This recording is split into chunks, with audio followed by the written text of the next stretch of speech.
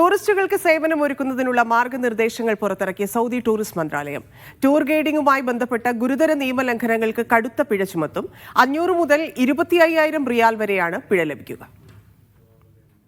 Saudi tourism മന്ത്രാലയമാണ് ഭേദഗതികൾ അംഗീകരിച്ച് അന്തിമ മാർഗനിർദ്ദേശങ്ങൾക്ക് അനുമതി നൽകിയത്.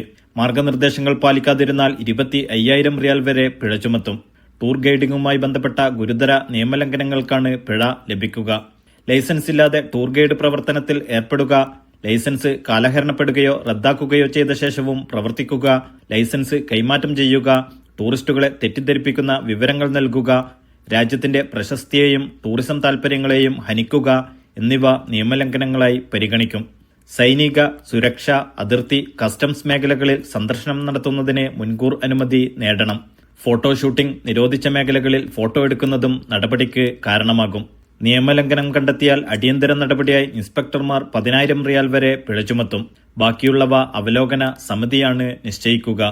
Naushad Irikkur, media 1, Dammam.